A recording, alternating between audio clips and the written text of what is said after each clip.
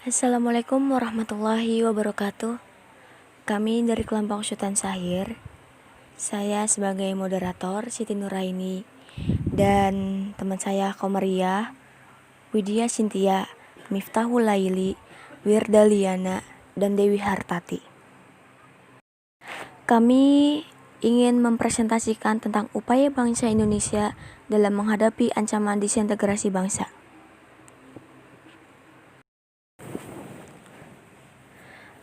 Berbagai pergolakan dalam negeri tahun 1948 sampai 1965. 1. Peristiwa konflik dan pergolakan yang berkaitan dengan ideologi. A. Pemberontakan PKI Madiun. PKI bukanlah partai yang sudah ada sejak zaman pergerakan nasional sebelum dibekukan oleh pemerintah Hindia Belanda akibat pemberontakan tahun 1926. PKI mulai dari zaman kemerdekaan hingga tahun 1948 masih mendukung pemerintah yang kebetulan dikuasai oleh golongan kiri. Ketika golongan kiri mulai terlempar dari pemerintah, maka PKI menjadi partai oposisi yang bergabung dengan VDR atau Front Demokrasi Rakyat yang didirikan oleh Amir Syarifuddin awal Februari tahun 1948. Kemudian September 1948 PKI dipimpin oleh Musso yang ia dibawa PKI ke dalam pemberontakan bersenjata yang dicetuskan di Madiun pada tanggal 18 September tahun 1948. Mengapa PKI memberontak? Alasan utamanya bersifat ideologis, yaitu memiliki cita-cita ingin menjadikan Indonesia sebagai komunis. Pemerintah Indonesia telah melakukan upaya diplomasi dengan Musso, bahkan sampai mengikut sertakan tokoh kiri yaitu Tan Malaka untuk meredam gerakan ofensif Musso. Namun kondisi sudah terlanjur panas sehingga pada pertengahan September 1948 terjadi pertempuran antara kekuatan-kekuatan bersenjata yang memihak PKI dengan TNI mulai meletus. PKI dan kelompok pendukungnya kemudian memusatkan diri di Madiun.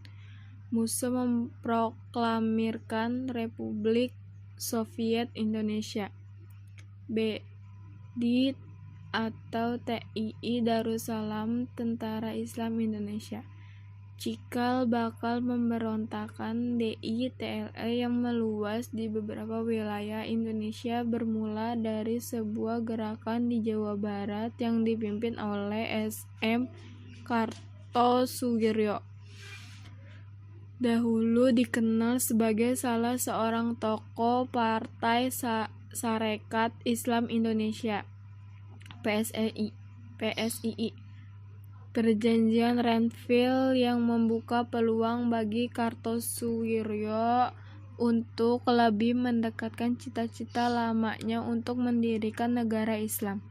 Salah satu keputusan perjanjian Renville adalah harus pindahnya pasukan RI dari daerah yang diklaim dan diduduki Belanda ke daerah yang dikuasai RI. 1. DI atau TLL Aceh Darussalam. Gerombolan DI TLL juga melakukan pemberontakan di Aceh yang dipimpin oleh Teuku Daud Beureum. Timbul disebabkan rasa kecewa Daud Beureum status Aceh pada 1950 diturunkan dari daerah istimewa menjadi Karisidenan di bawah Provinsi Sumatera Utara. Tanggal 21 September 1953, Daud Beureum menjabat sebagai gubernur militer, menyatakan Aceh merupakan bagian dari negara Islam Indonesia langsung di bawah pimpinan Kartosoewirjo. Solusi untuk menumpas pemberontakan DI-TLE di Aceh, pasukan melakukan operasi militer. Pada tanggal 17-21 Desember 1962 diselenggarakan Musyawarah Kerukunan Rakyat Aceh. mendapat dukungan dari tokoh masyarakat Aceh sehingga DI atau TLL mampu dipadamkan. 2. Darul Islam atau Tentara Islam Indonesia Jawa Barat. Pada tanggal 7 Agustus tahun 1949 di Kabupaten Tasikmalaya, Jawa Barat, Kartosuwiryo memproklamirkan berdirinya Negara Islam Indonesia. Gerakannya dinamakan sebagai Darul Islam dan memiliki tentara bernama Tentara Islam Indonesia. Usaha untuk menumpas pemberontakan DII atau TII ini memerlukan waktu yang lama, disebabkan oleh beberapa faktor. A. Medannya berupa daerah pegunungan sehingga sangat mendukung pasukan Darul Islam atau Tentara Islam Indonesia untuk bergerilya. B. Pasukan Kartosuwiryo dapat bergerak dengan leluasa di kalangan rakyat. C.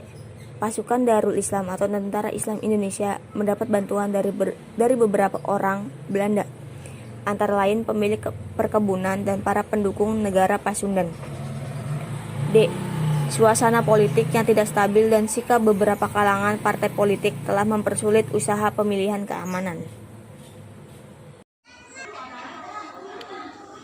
3. DI atau TII Jawa Tengah. Wilayah Jawa Tengah awal kasusnya disebabkan adanya persetujuan Renville daerah Pekalongan, Brebes, Tegal ditinggalkan TNI dan aparat pemerintahan, hingga akhirnya terjadi kekosongan di wilayah tersebut, kemudian memicu Amir Fattah dan pasukan Hizbullah yang menolak TNI untuk mengambil alih.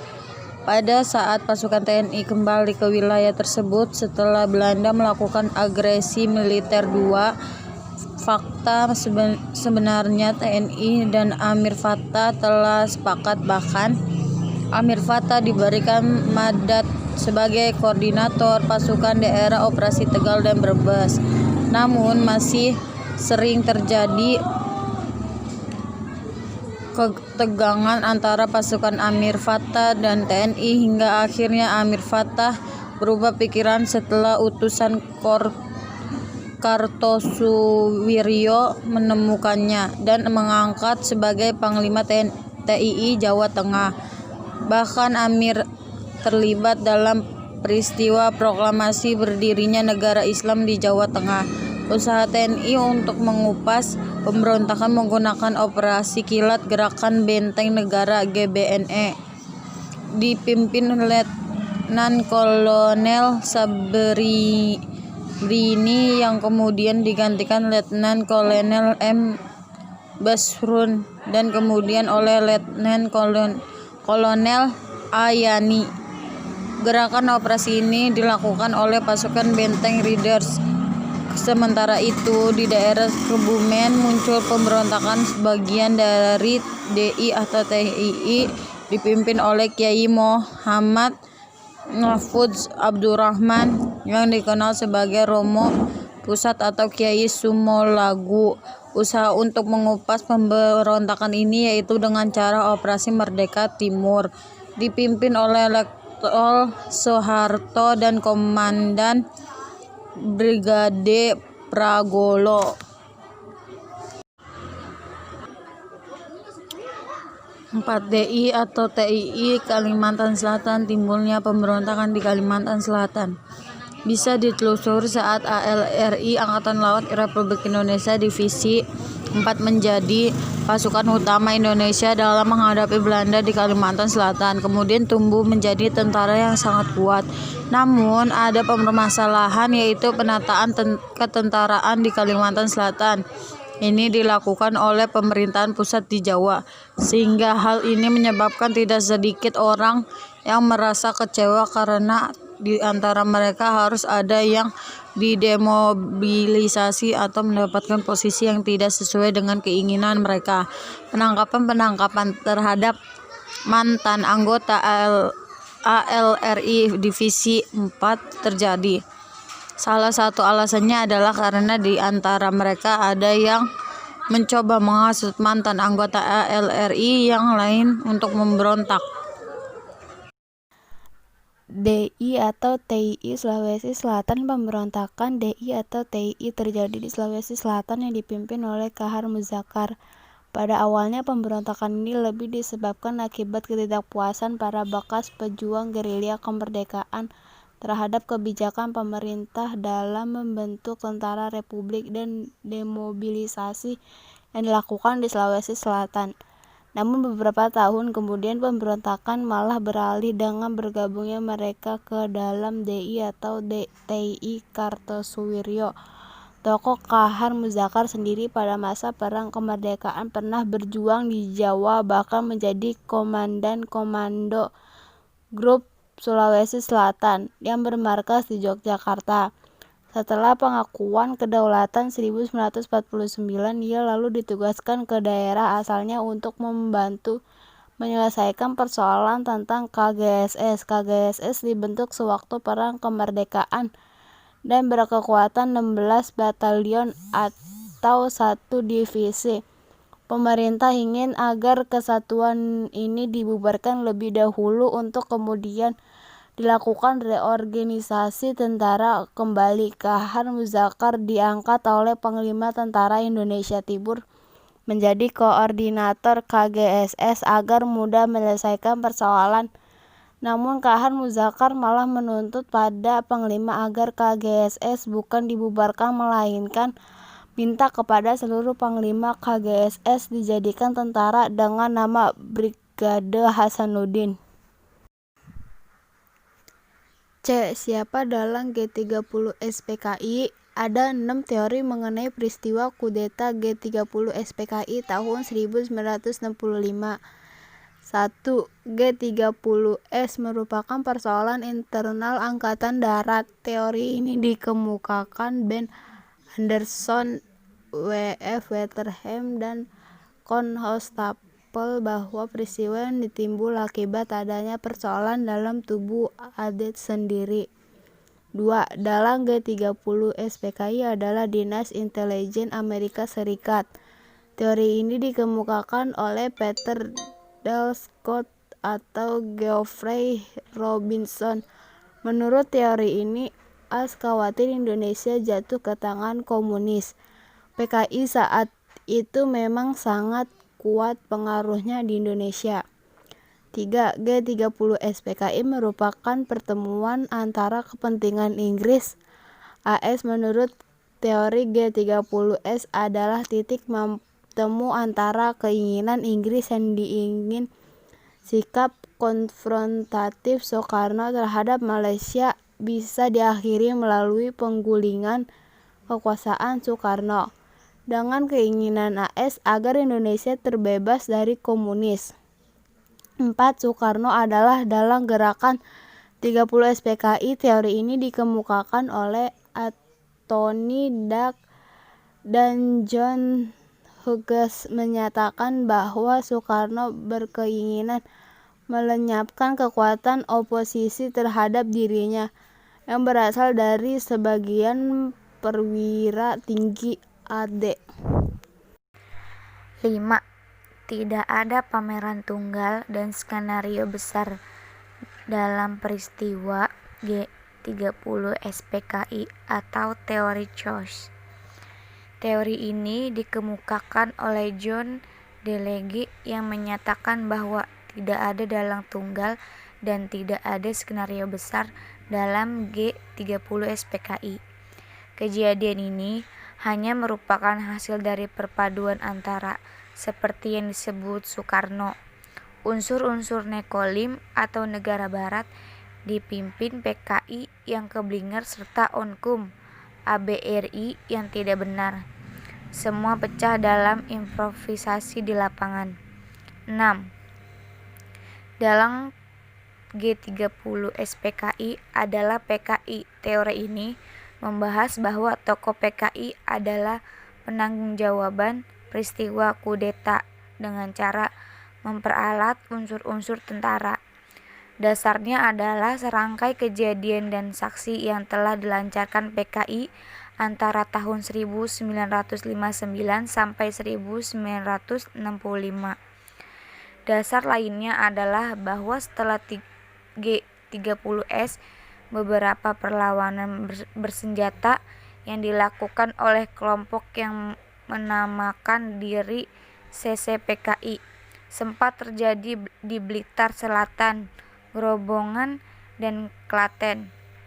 Teori yang dikemukakan antara lain oleh 60 Nugroho Notosunsonto dan Ismail Saleh ini merupakan teori yang paling umum didengar mengenai kudeta tanggal 30 September 1965. A. Latar belakang munculnya G30 SPKI 1965.